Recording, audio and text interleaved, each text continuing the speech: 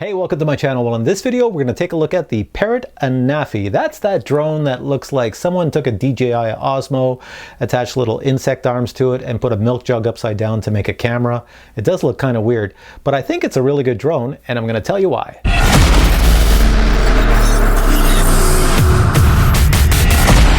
Now, the Anafi is a new drone launched by Parrot on the 6th of June 2018, and it retails for $699 US. So it fits nicely between the very popular DJI Spark and the DJI Mavic Air. But is it the drone for you? Now, to answer that question, let me tell you everything that's really great about it and what's not so great about it.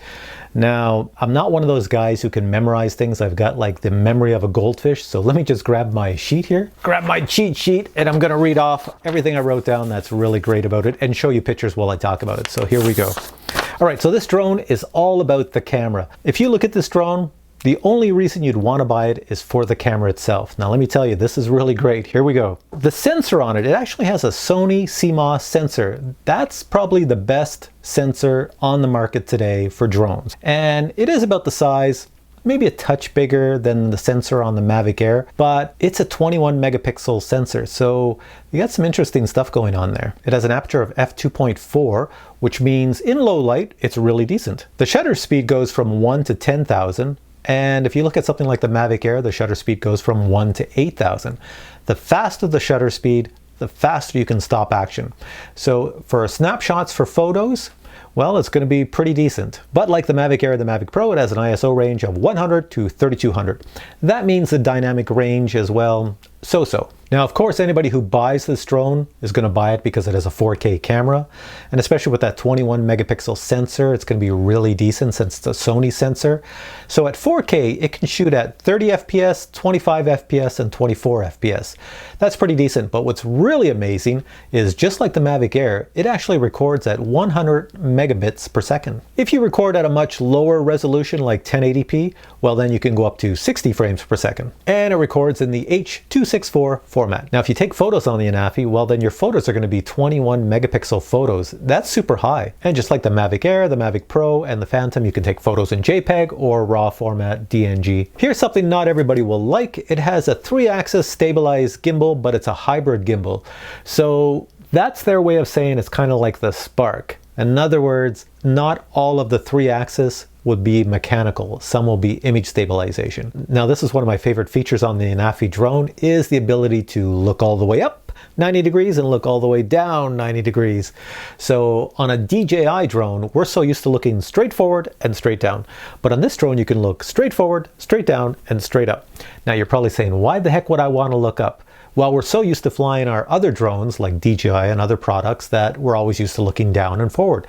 But how about if you fly under something? You can now look up at it. Or if you fly low to the ground, you can now fly low, moving forward and looking up at structures. And it gives you a really cool aspect. So I'm looking forward to that. Here's something a lot of people have been asking for: zoom on a camera. Now, this camera does have zoom.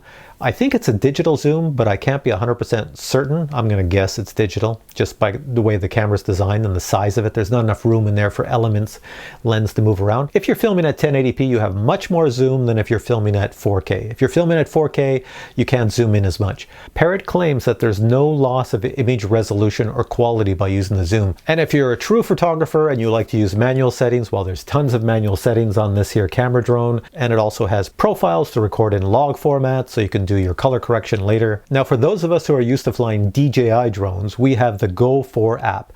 And in that app, you have all those cool little things like quick shots and active track and follow me and tap to fly and everything else. Well, Parrot must have copied everything that DJI has because they all exist for this drone as well. They just call them different names.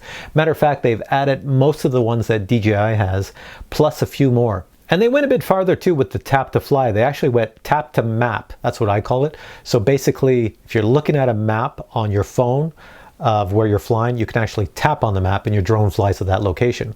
You can actually do the same thing and tap at a certain point and say, at this location, I want you to do a 360 point of view around the object, which is pretty cool. And you can also do waypoints too. And of course, in an app like that, you can share all your pictures and video on social media. It's built right into the app. All right, I got my sheet here, and now I'm going to tell you all the great things about the drone itself. First thing to tell you, it's foldable like a Mavic Air, and it's a little bit longer, very skinny, than a Mavic Air. And the second thing to tell you is that it weighs about as much as a Spark. It's very light. It has, of course, GPS and GLONASS, and because it has GPS and GLONASS, it also has the ability to return to home. It has smart batteries, and the smart batteries, I believe they cost about $99 if you buy them separately, but they'll give you about 25 minutes of flight. The really cool thing with the smart battery is that there's no charger included because each battery has a USB port, and you just plug a USB into the battery and charge it up. And it has a flight range of 2.5 miles or 4 kilometers, just like the Mavic Air and the soon-to-be released AUTEL EVO. And it even has a sport mode. It seems today almost all drones have a sport mode, and they're all foldable in one manner or another. So it goes 32 miles per hour or 55 kilometers per hour in sport mode. Parrot was smart by looking at DJI and their ability to later add low noise props. Parrot said, screw that, we're going to add low noise props right from the start. So the drone comes with low noise props. They're even including a micro SD card, so you don't have to go buy one. For the $699 price, you get the controller with the drone. It's included. And the funny thing is that the controller actually weighs more than the drone. It has a rechargeable battery built in. And just like the Mavic Air, when we got our Mavic Airs, it came with a nice little pouch that the drone was in. And the Anafi comes with a nice little pouch as well. It looks like the same thing, just stretched longer. And now my sheet with all the points that are not so great about this drone. Well, there's not that many, so here we go. All right, the first one. I like this. I'm going to have to read it off the sheet. Here's what it says on the website about the build quality of this drone. It says, the carbon fibers of the structure are charged with empty glass microbeads that are filled with air and resist bumps and knocks. So that's how they got it to be so light, which means it's like an Aero chocolate bar with all those little bubbles in it. That's what I'm getting from this. So it's light and it resists bumps, but will it resist a crash from the sky? I don't know. Anyways, we'll have to see. The most negative point about this drone, and this is the point that will stop most of you right now if you're about to hit that button saying, I'm going to pre-order or buy this, is that it has no obstacle avoidance. I don't know why Parrot didn't include obstacle avoidance. They could have stuck it in the front. It wouldn't have been too much extra, but nope, they didn't include it whatsoever. I guess they wanted to keep the price down. So what that means is, for most of us that are really good at flying drones, it's not a big deal.